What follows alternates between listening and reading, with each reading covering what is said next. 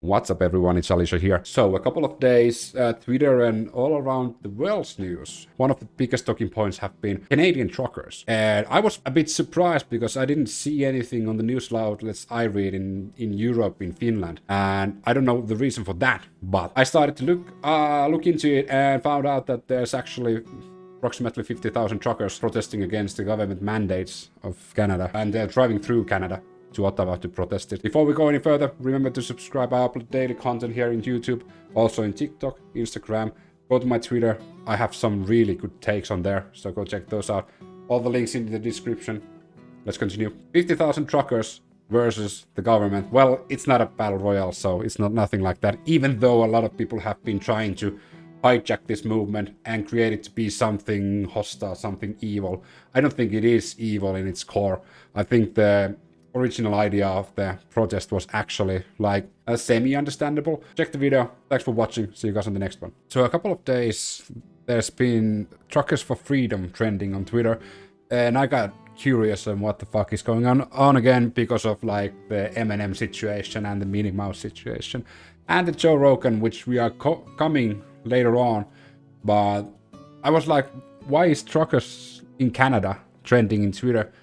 And so happened to be like, I don't know, is it like 50,000 driving across Canada to Ottawa, their capital, and because of the government mandates for truckers. And we're gonna dive in now and let's see what it's all about. And first, before we go any further, we need to read this one, which is the Freedom Convoy 2022's Facebook page. I wanted to make a couple of things straight. Facts that media is not sharing. The trucking convoy is not anti-vaccination. It is an anti-government mandate. Many of us are vaccinated. Like, I think it's like 90%. We actually can see there we go. Almost 90% of Canadian truckers are vaccinated, Transport Minister Omar Al-Kapra said. Almost 90% of them are vaccinated, so they are not anti-vax. We simply believe that every Canadian should be free to choose and face no discrimination or restrictions on their freedom due to their choices. This is where we are at the moment.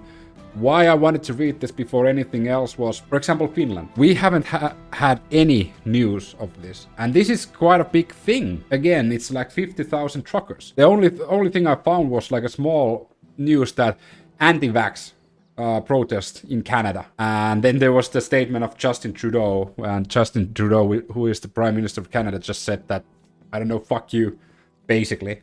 That's the short version of Justin Trudeau's answer. The funny thing is, like, I don't know, I think how the fuck do you pronounce her name? Evangeline Lilly, he actually showed support for the Canadian truckers. I was in DC this weekend to support bodily sovereignty, which is basically the right to choose if you get a vaccine or not, while Canadian truckers were rallying for their cross-country, peacefully convoying support for the same thing. So he was showing her support for the Canadian truckers.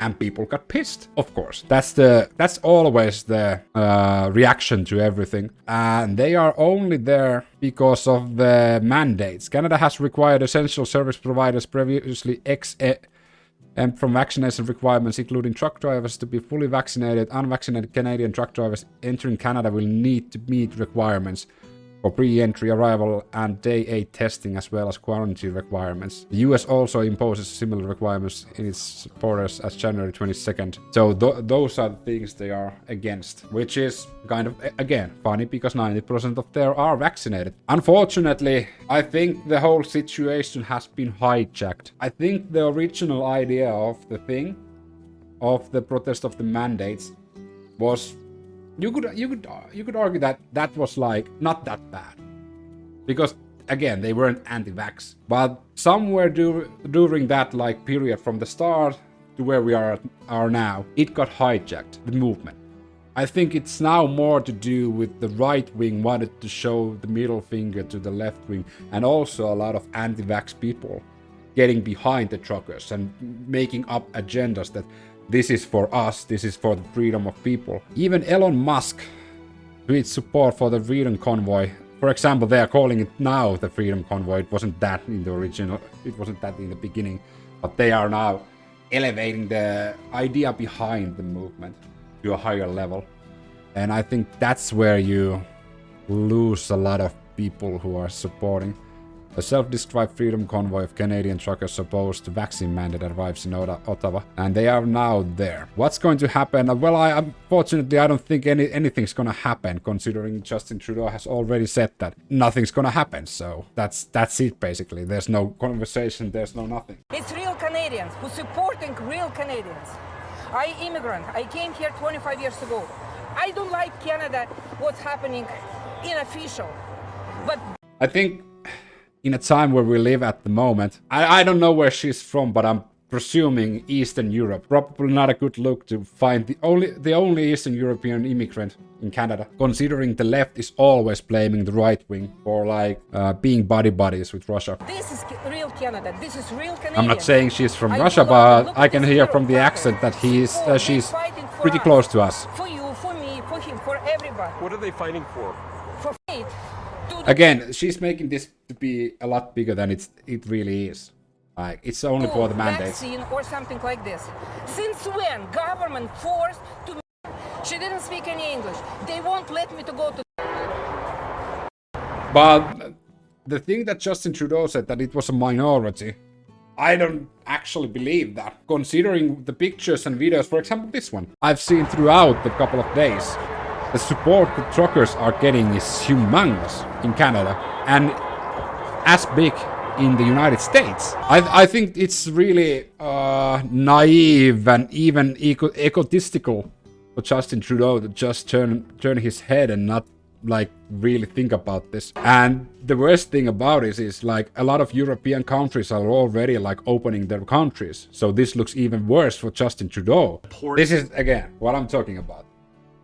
Other factions are hijacking the movement, and that's dangerous, and that's harmful for the movement. These truckers fighting for freedom, fighting as patriots in their country. What a fucking title, son of a former president. Who the fuck gives a fuck? Support for online, there have been some threats of violence and to the Prime Minister's life. I would like to see our own January 6th event. See some of those truckers. Yeah, that's what I also read. Like, there's been implications that this is going to be the Canada's version of this January 6th, which I hope it doesn't happen. Truckers, ever since the beginning of the COVID, ever since the beginning of the pandemic, has been social distancing champions. You know why? Well, because 90% of the time they are doing their job, they are by themselves. They are social distancing for a living. I could actually understand, there's actually an argument that, is this mandate necessary? And I don't have the answer. But I understand the truckers' point about this protest, that the government shouldn't be able to force you to do anything. I'm not anti-vax. I believe that vaccines help and you should get a vaccination. But I don't think anybody should be forced to take one. You should take it for narcissistic reasons, for your own good. And also the well-being of nurses and doctors and all the... What do you think about it? I think this is like being hijacked to a different level. Do I show support to the truckers? Nah. It's not my battle. I'm a firm believer if you're willing to protest for something you believe in, you have the right to do that. That's my final say on this. See you guys on the next one.